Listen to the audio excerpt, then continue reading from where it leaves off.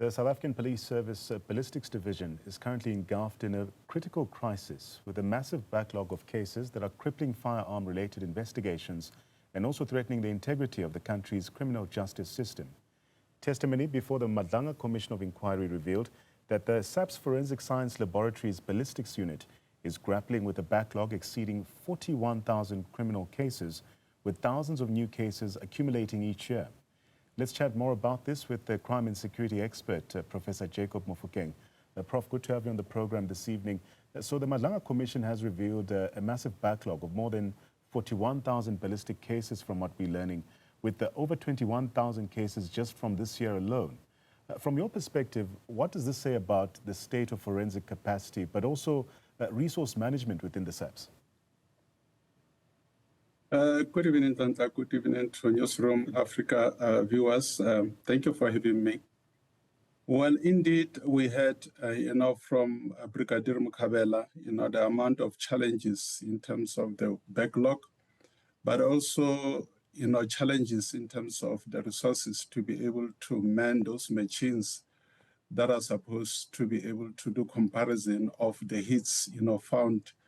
And then that also put a lot of pressure, on those individuals that are there, in that particular environment. But unfortunately, it also a gift, it offers a gift to criminals, knowing that, certain cases will be withdrawn in a cause of law, not because they are guilty, but because of delayed cases.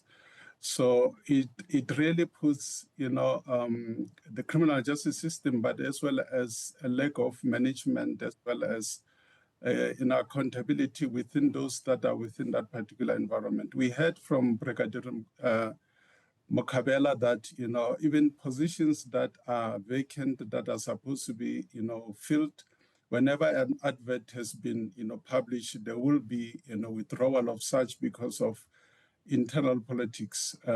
These are some of the challenges. Unfortunately, with such a backlog but few resources, it might compromise the integrity of the reports, as we have seen in Madlanga Commission, where one captain, had to explain why certain information, was missing, but as well as certain cases had to be transferred to Durban and ballistic forensic services.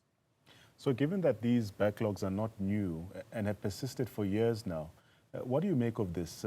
What does it tell us? Do you think this reflects a failure of leadership or even issues around corruption or simply systematic neglect within the SAPS Forensic Division?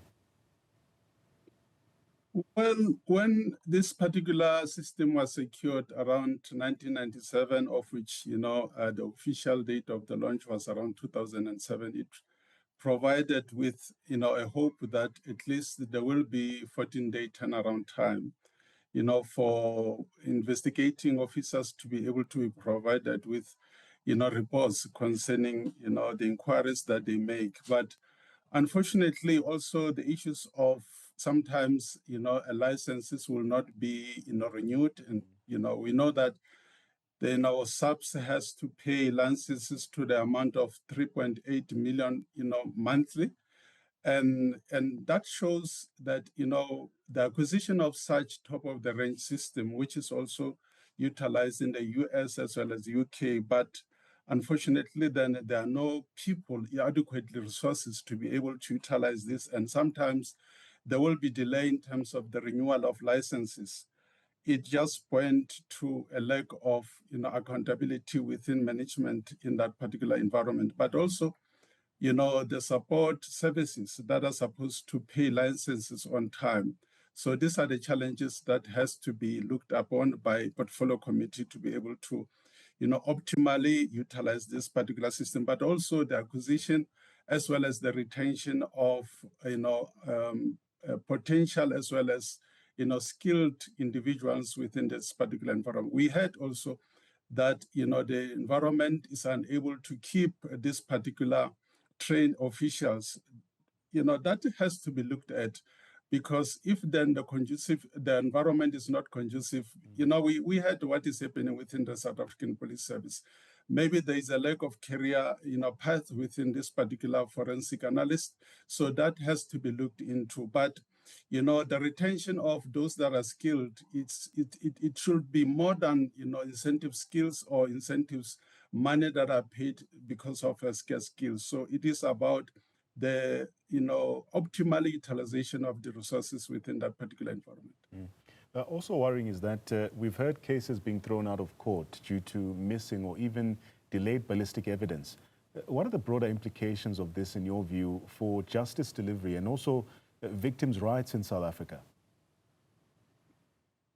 Well, it's skewed to the crime reports, crime statistics, because it doesn't matter whether there will be different kinds of operations, within the South African Police Service that that be implemented, but a lack of adequate as well as speedily available of reports, especially forensic reports. We know that it's not only about ballistic but also DNA, meaning that it seems there is a challenges within that particular environment. So those organizations that are working together with the South African Police Service to be able to, arrest, maybe also to hand or maybe report crime, and where you will see, possible or, those that are being, identified as possible criminals working free because they will not be kept in custody if then there will not be forensic evidence available timely. It will really, deal harshly on the, the trust towards the South African Police Service, but also the cooperation, of these organizations to be able to work with the South African Police Service. We heard, that we are living in a very dangerous country, South Africa, where at the scene, one scene of the crime, you'll find over 100, cartridges, meaning that criminals will be aware of deficiencies within the system. So if then there is no improvements, unfortunately, it will encourage those that are using, violence as well as firearms, illegal firearms, to continue with this kind of their behaviors, knowing that they will not be apprehended or be convicted because certain cases will not be linked because of the delay of forensic reports. Yeah. The Commission also heard testimony suggesting that some analysts may have altered reports or had prior knowledge of firearm links before cases were actually or officially lodged. How deep-rooted do you believe corruption and this interference that we keep hearing about, how deep do you think this is, especially in the forensic environment? Well, remember what the Brigadier Mkhabela said, that it has to take an individual to spend 8 hours before a system, before a computer to be able to make linkages.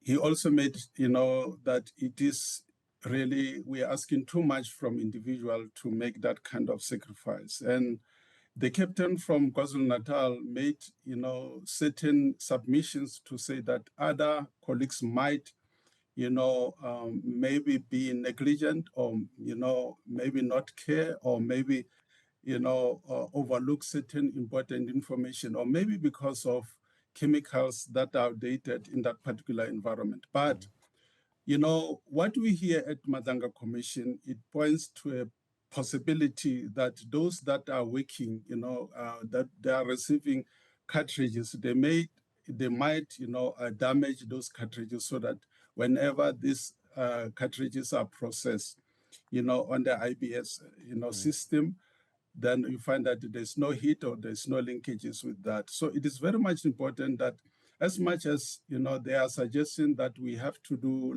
lifestyle audits within the South African Police Service, but also it is so much needed that security clearances now and then, for those that are operating in that particular environment has to be conducted gradually and, monthly or quarterly so that they cannot be compromised or, be attracted by whatever amount of money that could be provided to this. We had, the amount of money that has been, in circulations from, criminal cartels to senior police officials, as well as, that particular inspector, sergeant that's working within that particular environment linked with General CBR. So it is possible. These are human beings. They can be corrupted.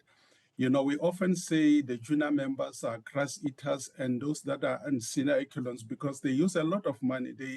They get involved in millions and, you know, of money. Then hence we are talking about meat eaters. It will be possible that they might be corrupted.